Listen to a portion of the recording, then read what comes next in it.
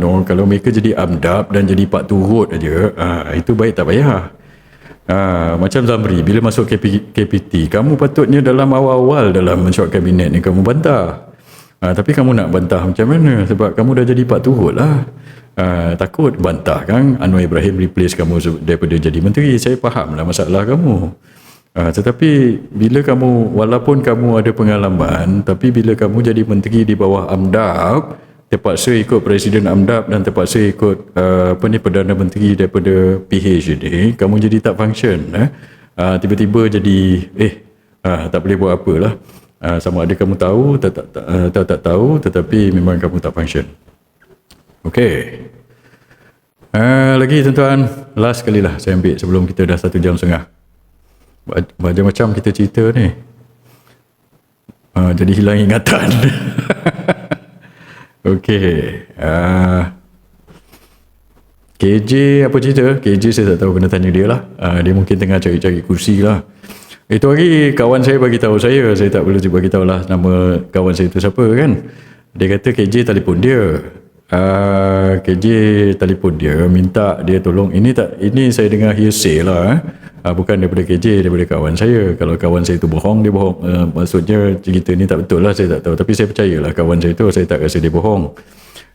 Dia kata telefon KJ telefon dia minta tolong untuk KJ reki-reki nak bertanding di Putrajaya. So ini kawan saya bagi tahu saya lah. So pada KJ aku nak tanya kau, betul ke kau pergi telefon orang kau nak reki-reki bertanding Putrajaya? So jawablah. Itu je lah saya nak tanya dia, betul tak betul. Dia jawab lah. Mungkin dia tengah mencari kursi lah sekarang ni. Okey. Apa lagi? Senator baru DAP saya tak tahulah. Tuan collab dengan dengan Azri Papagomo. Itulah. Azri bagus. Dia banyak pergi check dia pergi dengar dia punya live. Azri benda-benda yang dia cakap tu banyak banyak yang orang kata berguna lah. Itu hari saya tengok ada orang nak naya dia. Macam mana ada orang letak jammer ke apa, lepas tu bakar jammer ke apa depan rumah dia. Apalah, inilah saya tengok bila ada orang-orang ada kerajaan berdengki ni macam ni, mungkin dia orang ni takut lah dengan Azri tu. Sebab Azri bila dia cakap, dia punya viewer ramai. Ramai, dia punya traction itu tinggi. So bila dia cakap tu, dia punya pendengar ramai, penyokong ramai, pengikut ramai. So adalah yang koyak tu. Ada koyak. Saya tengok bila Azri cakap, dia punya viewer tu, penyokong dia lebih tinggi, 2-3 kali tinggi, 2-3 kali ganda lagi tinggi daripada Rafizi.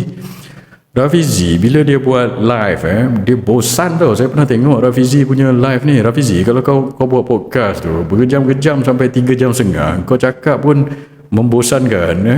Macam slow je kau cakap, orang tak dengar. So baik orang pergi dengar Azri cakap. Azri cakap lagi bergibu-gibu dia punya live view berbanding Rafizi. Rafizi saya tengok, bila saya tengok live dia, saya paling lama saya bertengok pun seminit lebih lah. Lepas tu put off juga sebab bosan nak mampus.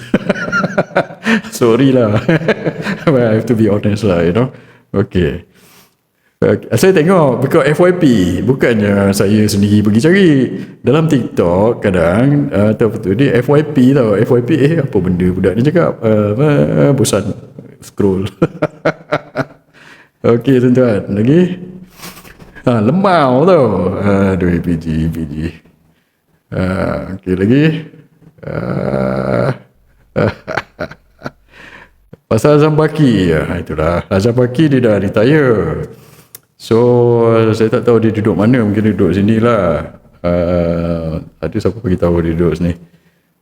Budak-budak dia selalu lepak dekat Presiden 8 tu. Siapa tahu-tahulah. Saya pun selalu lepak dengan budak-budak dia.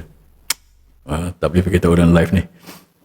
Tapi Tan Sri Azam dah pencet-pencet ni kalau nak lepak-lepak bagi tahulah, kita pergi lepak dekat ini Putrajaya. Sembang-sembang sikit.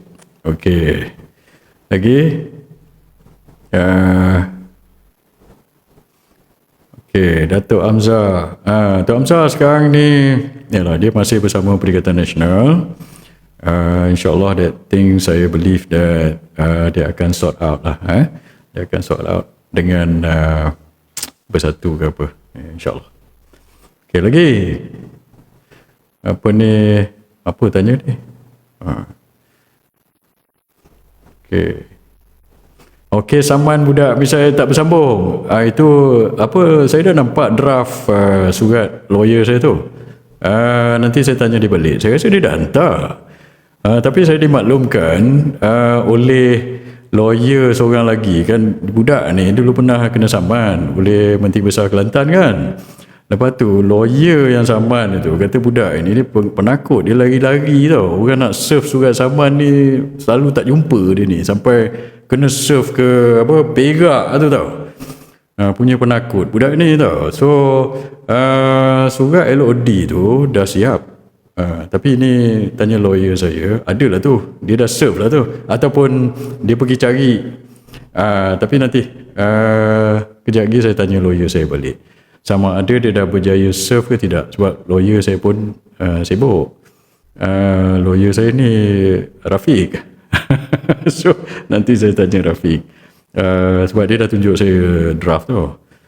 So ini dia yang hantar, bukan saya, dia kena lawyer yang hantar tau.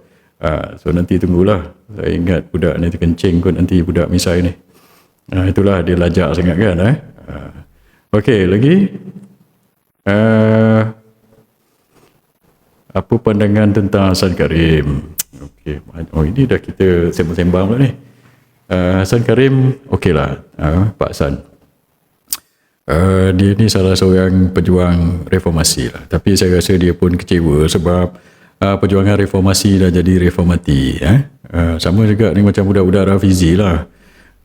Siapa ni yang budak Sarawak itu, 2 orang kat Sarawak tu kan. So mereka kecewa lah dengan perjuangan reformasi. Sekarang ni dah jadi reformati. So sekarang dia ikut Rafizi. Tak apa lah Rafizi dengan budak-budak kamu lawan je lah Anwar Ibrahim. Okey. Rafiq lawyer saya. Lawyer saya dulu ada 3-4 orang. Macam kes ni Rafiq lah.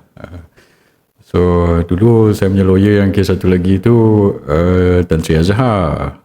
Sebelum tu ada lagi. Okey, Datuk Sri Syamuddin saya tak tahu, saya tak dengar cerita pasal dia, awak kena tanya dia lah. Okey, lagi apa ni,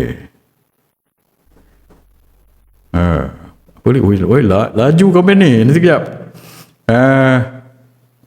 UEC saya dah cakap.